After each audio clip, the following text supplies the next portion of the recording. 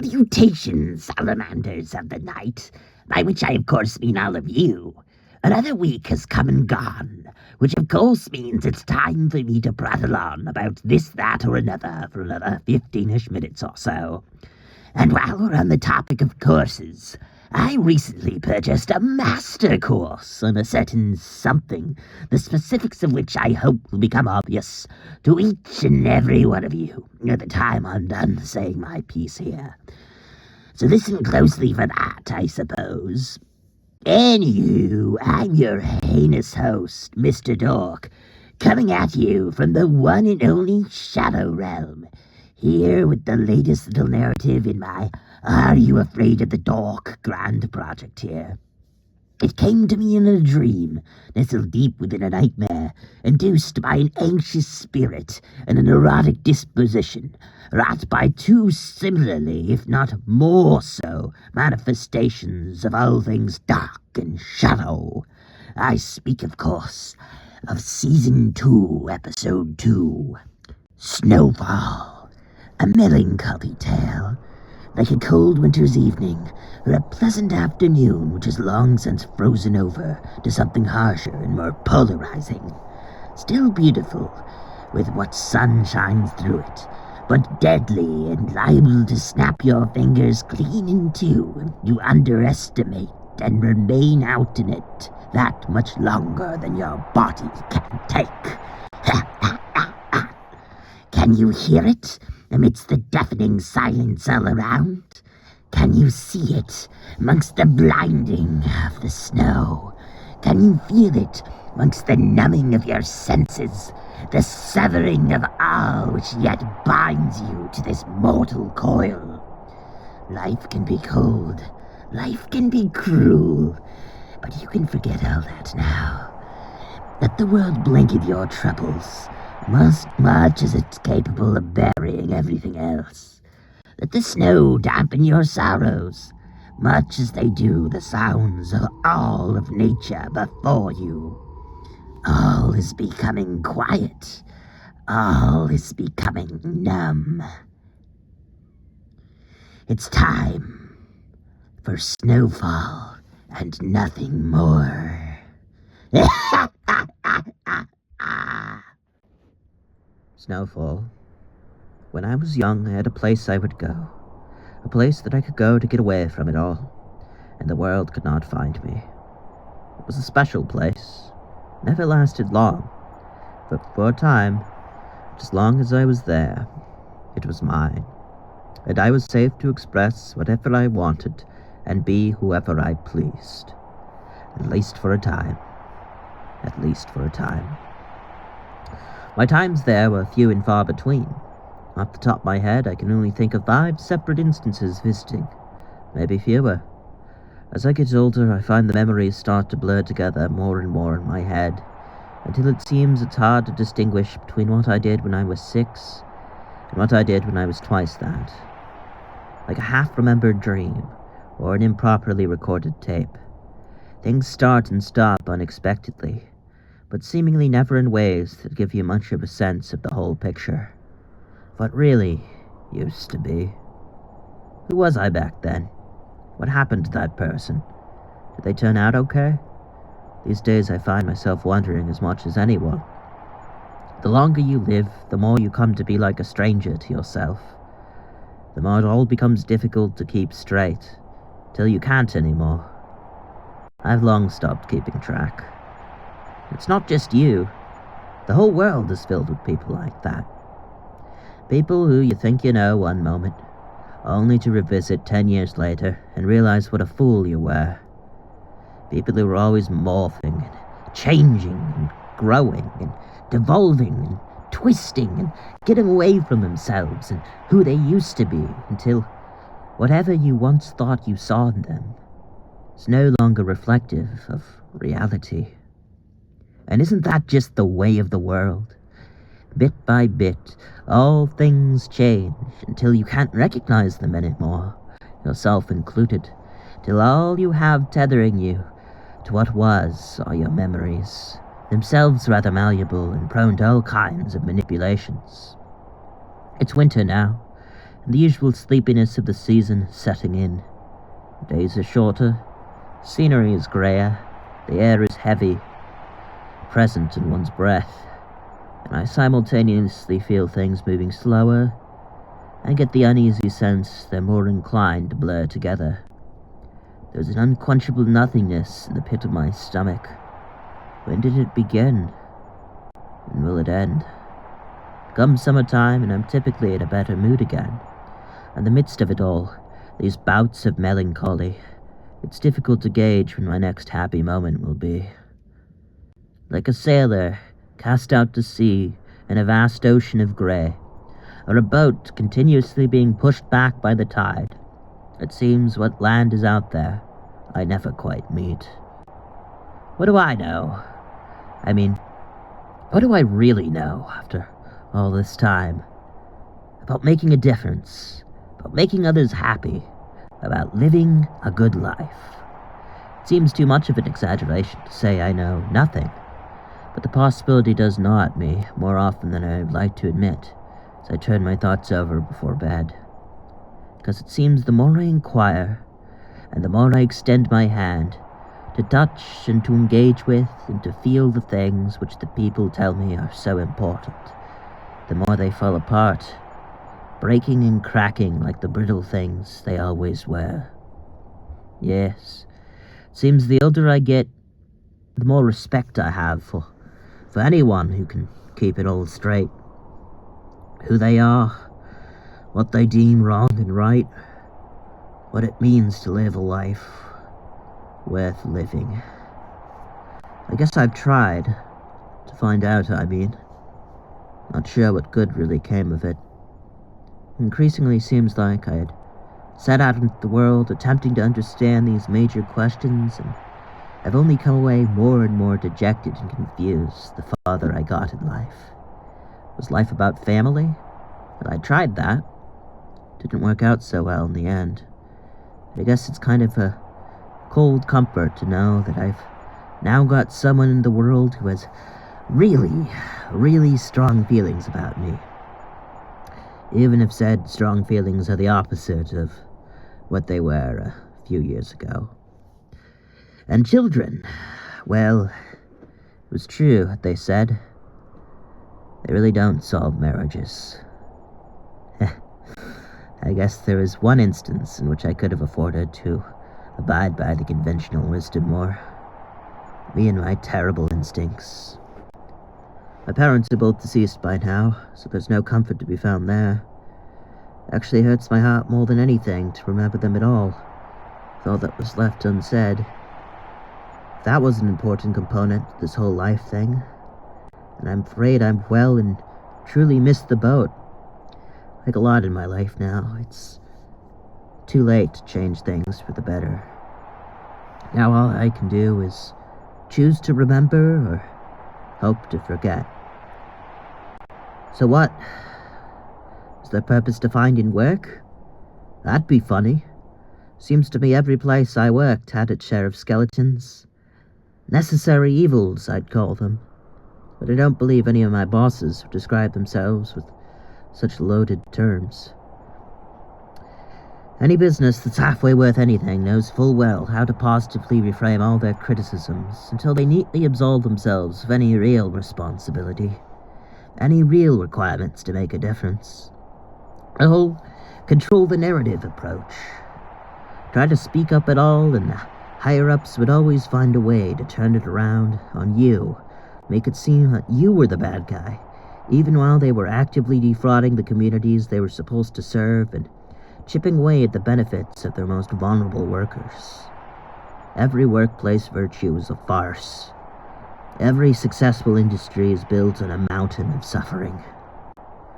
I'm getting a bit cold now, but I don't mind. I don't feel like moving much either. It's a cold world. So be it. If I'm powerless to alter it, what can I do? Why couldn't I? There's the billion-dollar question. You get someone like me to do something worthwhile, and you could probably motivate anyone.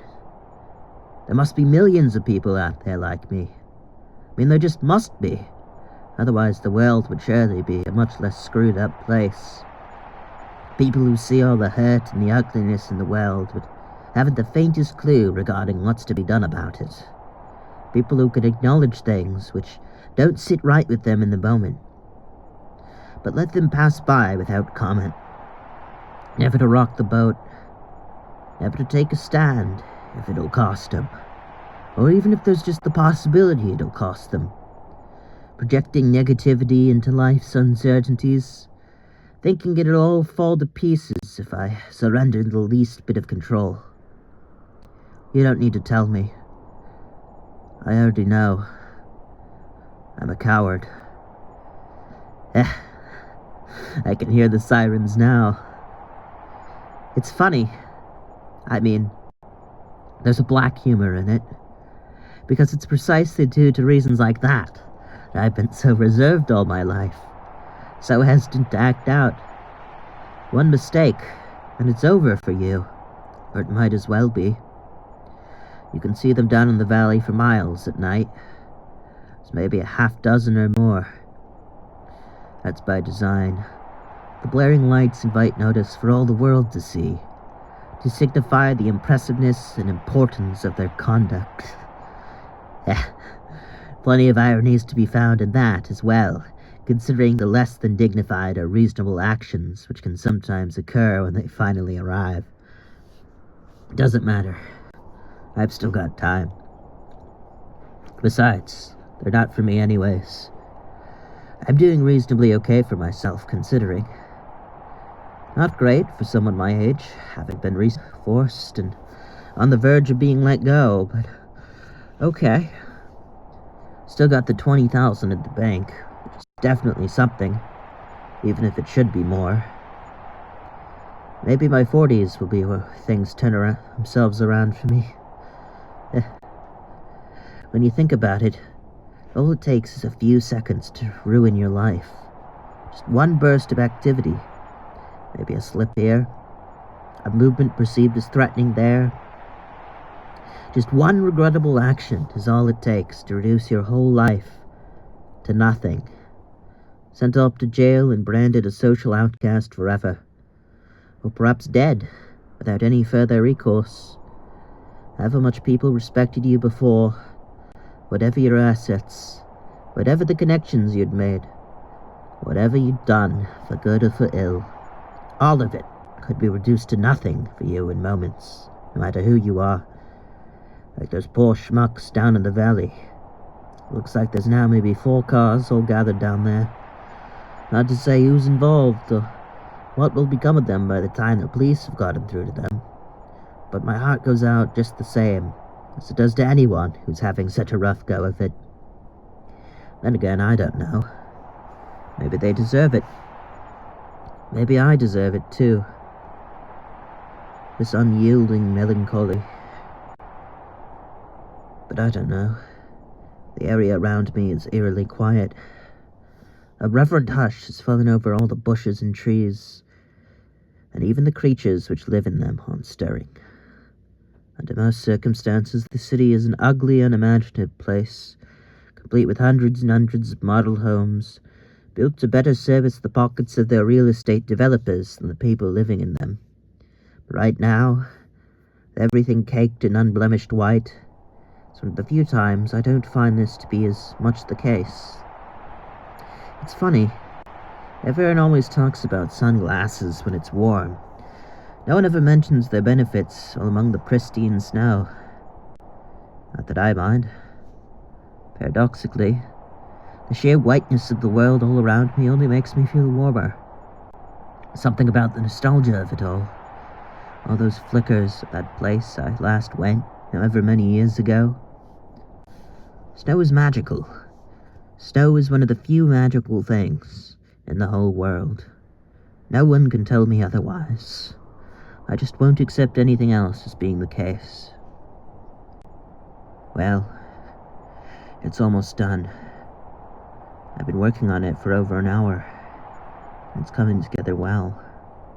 By now my fingertips are quite numb. My teeth are beginning to chatter, but I don't mind. Stick here. Bit more packed snow there, and a snow fort, like the ones I used to make when I was a kid. Stepping back to marvel at the product and all my hard work, I can't help but beam. For a while I was worried that the dimensions of it wouldn't be tall enough for me to comfortably stand up or move around in, but at least from the outside, it appears totally fine. Quite possibly the best snow fort I've ever made. Its placement in a clearing in the middle of a forested area overlooking the broader city down below, both a testament to the lengths one must now go to find a proper outdoor patch away from those ugly mazes of concrete, and a place reminiscent of those from my childhood. In the background I hear a song which I only seconds later come to realize is the sound of my own humming. It's an older tune, something Christmassy, no doubt. Ironically, a holiday I no longer feel much adult attachment to, but the memories of what it used to be for me, my family, from back when life was simpler, before we all came to grow up the way we did, these memories still ring good for me. And at this revelation, a new wave of something, but this feeling is slightly more bittersweet, just a smidge lighter. And as I stand there, very cold from the snow, I ask myself, am I there yet? And if not, what could possibly be preventing me? Could it be that I'm too old? Could it be that my mind is now too bogged down by responsibilities to appreciate what I once did? No and no. Neither of those ring very true for me in the moment. Had the novelty of the experience worn off? Could I simply not see the beauty in things like I once did? Did all the beautiful things I had now seen, which had eclipsed my old sources of wonderment? Stepping into my fault, I found myself subconsciously shaking my head. Neither of these concerns struck me as being the case either. I thought for sure I would get to the end of all this and find myself disappointed in what a waste of time it was. I thought that whatever I was feeling now, this persistent melancholy, would inhibit me from really being able to appreciate the snow as I once did. But to my surprise, I was still human. I still had feelings after all. And at this revelation, I didn't know what to do but cry. To cry tears of remembrance for all that used to be and all that could have been, but also for all the things that could still be in the future. My life wasn't over. I was there, that place from all those years ago. That place which I had long thought had forever been closed off to me after my childhood days were over. And then, as if to accentuate this feeling all the more for me, the sky began to snow. I was there. I was still human. The end. I wonder what ended up becoming of that guy. Like, did he make it? Manage to get home okay and turn some things around? Or was his epiphany too little too late? Like coming to a profound realization right before you get hit by a bus. Or perhaps realizing what life's really about for you, right before the building you're standing in collapses, burying all your hopes and future aspirations right where you once stood. Saw a story in the news once. It was about a sinkhole. Apparently opened up right below an apartment complex, while many residents lay sleeping. Now, you can try to rationalize it, but I can never see the sense in it. Just imagine it, if you will. You come home exhausted from a long day's work, turn in, expecting to have a tomorrow, same as always, and as you lay sleeping, the ground literally opens up beneath you and swallows you whole. And before you can even muster a conscious thought in reaction to your fate, it's already the end of you. It's already too late. You're already a past tense, a body, just another passing reflection in the rear-view mirror, just a shade of what one once was, soon to be made just as indistinguishable and ill-remembered as most every shade who passed long before you. If a tree falls in a forest, I believe it still makes a sound. But if a man comes to the realization that he's been living life all wrong, moments before he succumbs to hypothermia, does his repentance amount to anything at all?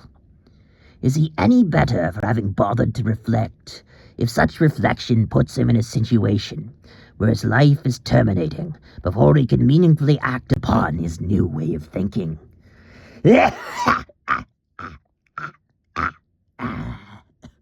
Just some food for that. Don't mind me and my prattling. You know all I offer is mere entertainment here. Same as every week. This is your heinous host, Mr. Dork, signing off.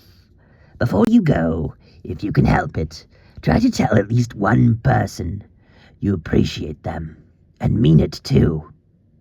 They might not be able to tell the difference, but I will, and possibly you as well. With all that being said, until next week, Kidderinos, you don't have to go home, but you certainly can't stay here.